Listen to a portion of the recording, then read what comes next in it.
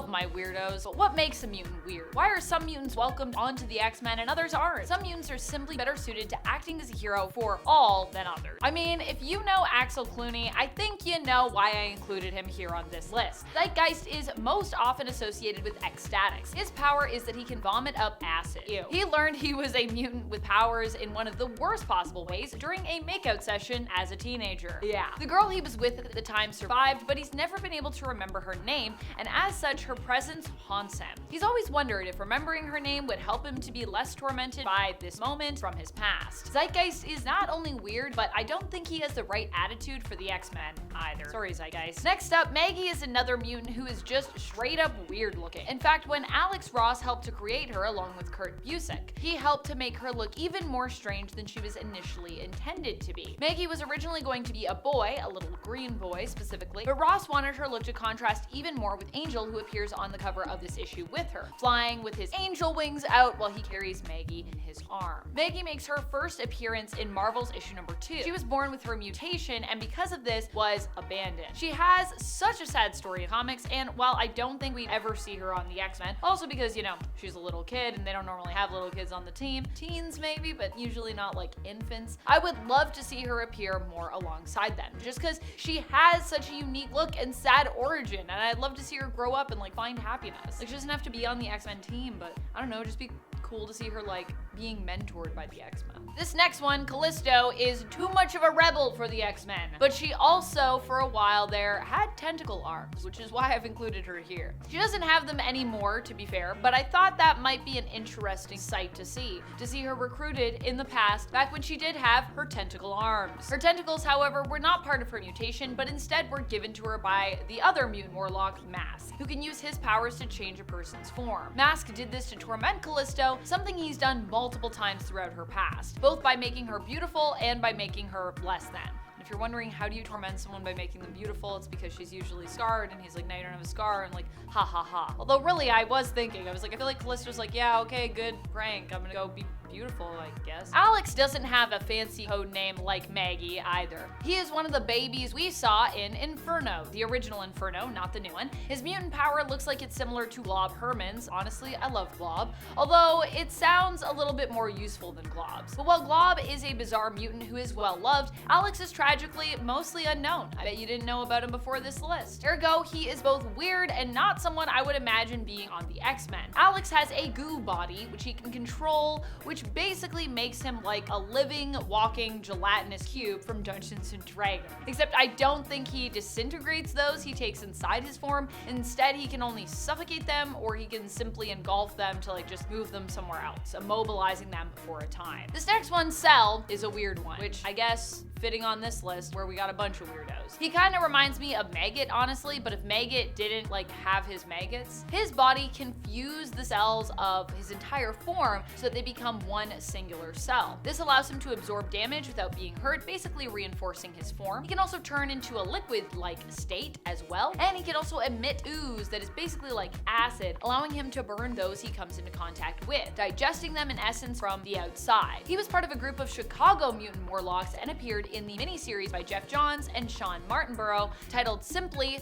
Morlocks. If you know me and what I usually like to talk about on this channel, then you know I'm a pretty big Peeper fan. Peeper is Peter Quinn. My first ever experience reading about him was during Messiah Complex, and from that moment on, I became a fan of his. This might seem odd to you if you read Messiah Complex. Now this might seem odd to you considering that in that story, he calls X-Factor to report that he's basically being followed, and he's soon after attacked and killed by Predator X. When Siren later arrives on the scene, it is implied that it is a very gruesome one. But I just tend to gravitate towards the mutants who feel very much like everyday characters. Also, if you're worried about Peeper, don't be worried because he later on just shows up and he's like totally fine. I don't think we've ever gotten an explanation for that, but somehow he's fine. I know it seems like he died horribly, but he apparently didn't. He just shows up later and it's never explained, in case you were wondering. So he's good. But I just tend to gravitate towards the mutants who feel like very everyday characters, I guess. They might not be the ones in the main books, but for some reason, that's what I like about them. Maybe it's because it makes them feel more grounded in reality or more relatable. After all, none of us on this planet are superheroes, and while some people might have abilities that make them seem that way, or might be heroes of a kind, superhero is not something that usually intersects. Characters like Peeper make me feel more seen in a comic. Like Peeper, I too had my own villain era, but am always striving now to be more of a hero in my own way every day. Peeper's powers aren't anything crazy. He has basically superhuman vision, which allows him to see further away, and which also allows him to see like closer up than normal human eyes can see. And while I feel some folks may have forgotten this one in recent years, he can also fire optic blasts. And mostly his eyes just kind of bulge out of his head. His optic blasts, though, I think are lesser strength and like lesser skill set than Cyclops. I feel bad for this next one. We're talking about Amber. She got one pretty cool story where she is clearly established as a college kid who just wants to live her life, and despite being immune, doesn't really let this define who she is or what she's capable of. And then, right after, we think, wow, that's cool. Amber could be a really cool character to follow along, just even in a slice of life story, or especially if she was pulled into becoming a mutant hero. But no, she gets depowered during M-Day. Or at least that's what I believed happened. I'm not sure if it was ever specified. A lot of people were depowered during M-Day, and she's one of the people that we believe was depowered.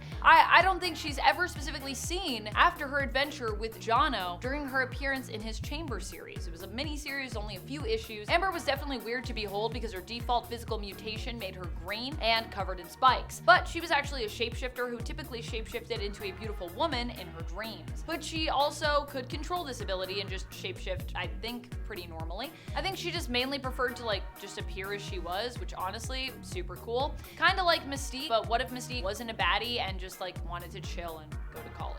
Which I kind of love as a story. While a student at the Xavier Institute, I don't believe this next mutant, Slick, ever made the main X-Men team, nor has he been featured on any spin-off mutant team either. Slick's powers were charisma-based. He basically exuded charisma and made himself likable. He could also cast illusions, as we later learn when he and Quentin Quire's kid Omega butted heads. The two didn't get along, and of course at one point, Quire used his powers to dispel the illusions that Slick was constantly casting. Now these illusions made him appear as a handsome young man, but this was not actually his true appearance, as it turned out. He also had a physical mutation and appeared as a small, web-footed creature with pointed ears. Kind of impish looking, if you want to imagine that, but I'm sure we're showing you a picture right now. After having his true appearance revealed at the moment when he was working on a song with his girlfriend Tattoo, she broke up with him.